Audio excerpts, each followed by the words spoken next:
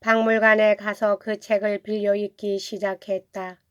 2시간 안에 읽어 내려갔다. 어느새 문을 닫을 시간이 30분밖에 남지 않았다. 바삐 그 가운데 눈여겨 두었던 문장을 찾아 옮겨 쓰기 시작했다. 전차 2층에서 바람을 안고 젊은 여인이 앉아있다. 퇴간을 알리는 벨이 요란하게 울릴 때까지 열심히 베꼈다. 다음 날 아침까지 쉬지 않고 바르비스의 분석을 써내려갔다. 이어서 곧 웰즈를 쓰기 시작했다. 일단 손을 대기 시작하자 가속도적으로 일은 진척돼 갔다. 어느새 로렌스의 장까지 써나갔다. 그러나 거기서 원고를 검토해보니 시작이 너무 당돌하고 진행이 너무 빠름을 알 수 있었다. 다시 서문을 통해 우선 휴머니즘의 쇠퇴에 대한 휴머의 예언을 인용했다. 휴머의 인용 귀절을 통해 본서는 종교적 신념과 태도를 올바른 기초에 확립시키기 위한 시도이며 또한 휴머니즘에 대한 도전임을 재천명했다. 휴먼 자신의 종교적 태도를 옹호하는 글을 쓰겠다고 약속해놓고 전사해버렸었다. 내가 휴미 쓰다만 그 글을 마저 쓰겠다고 했다. 즉 나의 방법론은 철학적이 아니라 심리학적인 것이 될 것이고 신의 존재를 입증하기 위한 노력이 아니라 인생의 의미를 탐구하기 위한 것이라고 밝힌 것이다. 그 무렵 내게는 아주 편한 일자리가 맡겨졌다. 낮 시간 하루 종일 책상 앞에 앉아 걸려오는 전화만 받으면 되는 것이었다. 기껏해야 전화는 하루 한 번이나 걸려올까 했지만 그래도 1시간에 3실링의 봉급을 받았다. 덕분에 하루 4시간 책상에 앉아 저작에 전념할 수 있었다. 초기의 책 이름은 고통의 입문이었다. 어느 날 사무실에 타이프라이터를 갖다 놓고 완성된 부분을 타이핑했다. 완성된 서문을 어느 출판업자에게 보냈더니 하루 만에 관심이 있다는 답장이 날라왔다.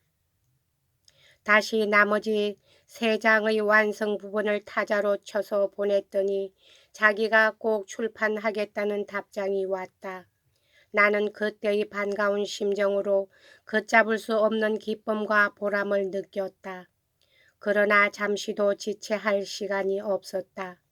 혹시나 용두사미로 되지나 않을까, 출판업자도 원고를 통독하면 마음이 변하지나 않을까 하는 어두운 생각이 머리를 지배했다. 타이핑을 한다는 것은 이중의 노동임에 틀림없었다.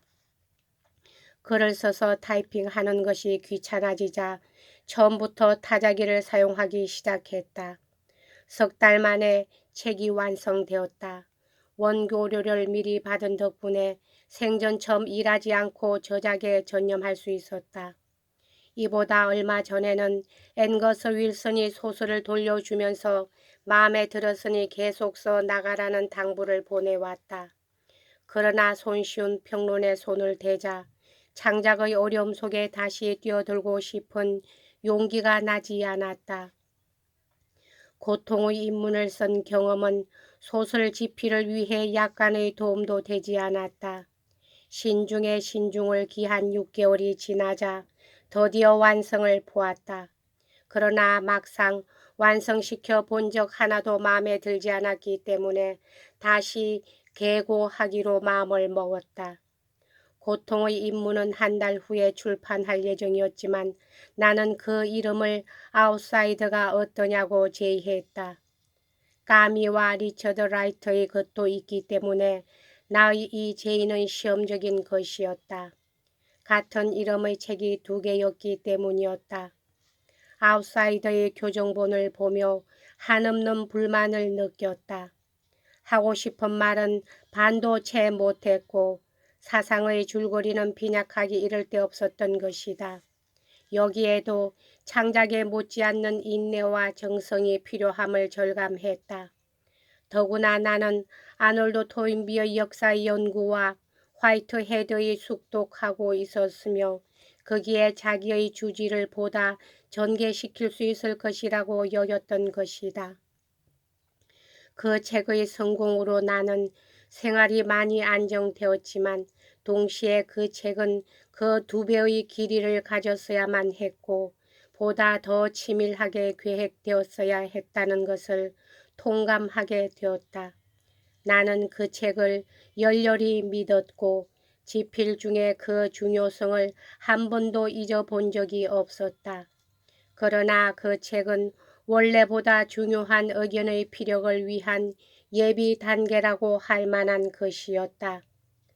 출판 초의 좋은 반응을 기뻐하고 새로운 판을 내야 한다는 것을 알자 과연 나는 그 책이 앞으로 어떻게 될 것인가를 생각하게 되었다. 당시 그 책은 상당한 센세이션을 일으켰고 나의 명성은 낸시 미트포드의 유가 아니냐와 비견될 만한 아웃사이더냐 인사이더냐를 발명한 것으로 많은 비평가들의 찬사를 아낌없이 받았다.